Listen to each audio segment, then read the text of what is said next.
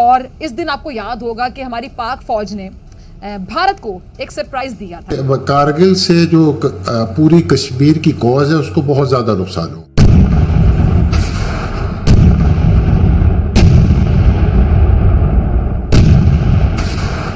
हमारी विजय निश्चित है और हम विजयी होकर दिखाएंगे। भारत को सरप्राइज दिया था, बहुत बड़ा सरप्राइज। अब ये जो सरप्राइज था नाजरीन, ये भारत के समझ ले कि हवास पे सवार हो गया और सपने में भी, दोबारा मैं कहूँगी सपना कहते हैं ना ख्वाब को हिंदी में, इनके सपने में भी याद आता होगा ये दिन इनको।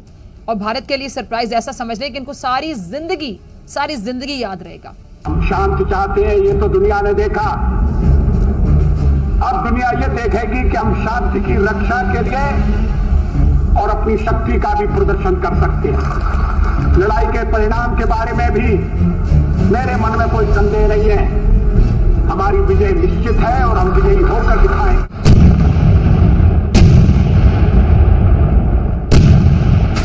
इस महाज पर बुरी शिकस्त हुई, यहां पर भी हर महाज की तरह ज्यादा उस शख्स को शर्मिंदगी हो रही होगी वाजपेयी कि आपने रिस्क लिए। जिन बहुत सारे लोग उनको क्रिटिसाइज भी कर रहे होंगे कि आप लाहौर ना जाओ, वो लाहौर गए, ठीक है, उस क्रिटिसिज्म के बावजूद।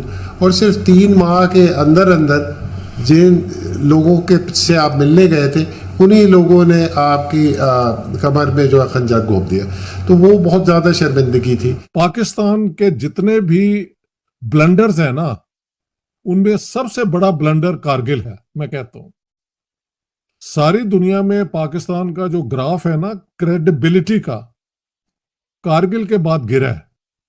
और तो और कारगिल के अंदर ऑल वेदर फ्रेंड चाइना ने भी पाकिस्तान की मदद नहीं की। कारगिल के अंदर हम घुसे थे, हम उनके पास गए थे और उन्होंने फिर बैनुल अक़वामी बरादरी से कहा था कि जी ये सीज फायर लाइन की खिलाफ वर्जी है। खुद इनको एक्सपोज कर दिया, अपना इमेज खराब करके बैठ के एक्सपोज हो गए पूरी दुनिया में कि इनकी औकात क्या, इनकी असलियत क्या है। हालात बहुत ज़्यादा ख़राब हो गए थे उस वक्त, हालात बद से बदतर हो गए। नतीजा कि पाकिस्तान बहुत ज़्यादा बुरी तरह से दुनिया में आइसोलेट हो गया था। पूरी दुनिया में तुमने जग हसाई अपनी करवाई अपने देश, और जिन्होंने तुम्हें भेजा था, मतलब मैं हैरान हूँ। किस्मती की बात है कि हमारी इतनी मजबूत फौज होने के बावजूद हमने कभी इंडिया से कोई इलाका अपना वापस नहीं किया। वो कश्मीर तो छोड़ दीजिए, लेकिन हमसे जो छीना इंडिया ने, हम वो वापस नहीं ले सकते। जनरल जैनी अमेरिका के कमांडर इन चीफ थे, उनकी किताब आई है। उसने लिखा कि मैं पाकिस्तान आया, 2 न्यूक्लियर कंट्रीज फ्लैश पॉइंट बन गया। मैंने जनरल मुशर्रफ से पूछा भी अब व्हाट नेक्स्ट, तो कहता है वो ब्लैंक फेस था, कोई उसको था नहीं। जनरल जैनी लिखता है कि General Musharraf had no clue, और उसके बाद जनरल मुशर्रफ ने उन्हें प्रपोज किया जनरल जैनी को कि एक वे आउट ये हो सकता है कि आप हमारे प्राइम मिनिस्टर की अमेरिका के सदर से मुलाकात करा दें ताकि एक रिस्पेक्टेबल सीज फायर हो जाए। तो जनरल जैनी ने लिखा है कि when this idea was put up to Prime Minister Nawaz Sharif, he was reluctant, and then General Musharraf persuaded Prime Minister Nawaz Sharif. अब हम कारगिल हाइट्स के ऊपर बैठ जाएंगे जाके, तो हमारे जो फौज होगी और मुजाहिदीन होंगे वो उस रोड को हिट कर सकेंगे, जो यकीनन वो कर रहे थे। और उसकी वजह से वो जो ट्रैफिक है और वो जो सारी सप्लाई लाइन है टू सियाचिन, वो रुक जाएगी।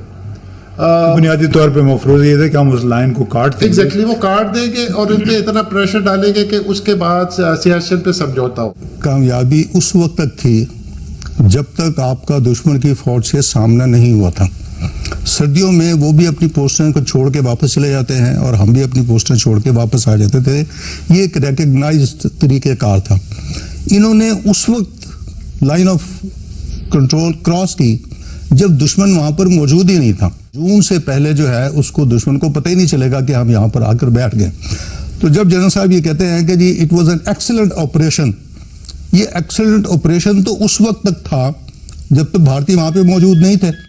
लाइन तो कट गई, लेकिन इंडिया ने समझौता नहीं किया। और हमारा ये ख्याल था कि क्योंकि दोनों कौमें जो है वो इतनी क़ुव्वत बन गई है तो इंडिया फाइट बैक नहीं करेगा। प्लानिंग ये थी कि इंडिया डरेगा कि ये न्यूक्लियर वॉर ना हो जाए और वो हमसे मुज़ाकरात करेगा। इंडिया ने फुल फ्लैश जंग शुरू कर दी, बोफर्स ले आया वहाँ पर, और वो बोफर्स जो है उससे खासा हमें बहुत ज़्यादा जानी नुकसान हुआ। और ये एक बड़ी दर्दनाक चीज़ है और बहुत अफसोसनाक बात है कि वो हमारे तकरीबन 1000 से ज़्यादा जो है जवान शहीद हुए। और अच्छा, उनको बड़े अरसे तक हम कहते रहे कि वो मुजाहिदीन। एग्जैक्टली, हम उनको एक्नॉलेज भी नहीं कर रहे थे। आप उनके घर वालों की बेबसी देखें कि आपके घर वाले शहीद हो रहे हैं पाकिस्तान के लिए, कश्मीर कॉज के लिए, और आप उनको एक्नॉलेज भी नहीं कर सक रहे। ज्यादती की इंतहा। ये पाकिस्तानी तो कह रहे थे कि ये तो हमारे सोल्जर्स ही नहीं है, ये तो मुजाहिदीन है, तो अब इन डेड बॉडीज को क्या किया जाए, वो तो सड़ जाएंगी। तो उनका नमाज जनाजा पढ़ाया गया और उनको बैरी किया गया अकॉर्डिंग टू इस्लामिक जो राइट्स हैं। बाद में फिर इन्होंने मान ही लिया कि ये हमारे लोग हैं, और आप वीडियो भी देख लेंगे, इंडियन आर्मी मैन जो हैं एक डेड बॉडी पाकिस्तानी सोल्जर की पाकिस्तान के फ्लैग के अंदर वो अनरैप करके तो वापस कर रहे हैं। जब नीयत बुरी होती है ना, तो याद रखिएगा कि कभी भी खैर नहीं मिल सकती, और जो फितरतन दूसरों का बुरा सोचता है उसका अंजाम अच्छा कैसे हो सकता है? ये तो कुदरत का निज़ाम ही नहीं है ना कि आप बुरा सोचें, आपकी नीयत बुरी हो, आपके दिल में मैल और आपके लिए कुछ अच्छा हो जाए। जो बुरा सोचेगा उसका अंजाम बुरा ही होगा। कारगिल से हमें बहुत ज़्यादा नुकसान हुआ, बहुत ज़्यादा, क्योंकि वो बात हमारी दरमियान में रह गई। लेकिन कारगिल का जो हमें नुकसान हुआ है वो ये नुकसान हुआ है कि अगर कारगिल ना होता तो जो अंडरस्टैंडिंग थी नवाज शरीफ हुकूमत की और वाजपेयी हुकूमत की, वो उस अंडरस्टैंडिंग के बेसिस पे मैं शायद का लफ्ज़ इस्तेमाल कर रहा हूँ, हम कश्मीर का कोई हल निकाल लेते। कारगिल की वजह से वो जो सारा एक हमारा टॉक्स की तरफ बात जा रही थी, उसका बिल्कुल बेड़ा गर्क हो। जय हिंद दोस्तों, दैनिक न्यूज में आपका स्वागत है। 1999 के कारगिल जंग में पाकिस्तान ने भारत की पीठ में खंजर घोंपा था। एक तरफ तो शांति की बात, दूसरी ओर युद्ध छेड़ना जो पाकिस्तान की काली करतूत को उजागर करता है। इस युद्ध को जीतने के लिए भारतीय सेना ने ऑपरेशन विजय चलाया था।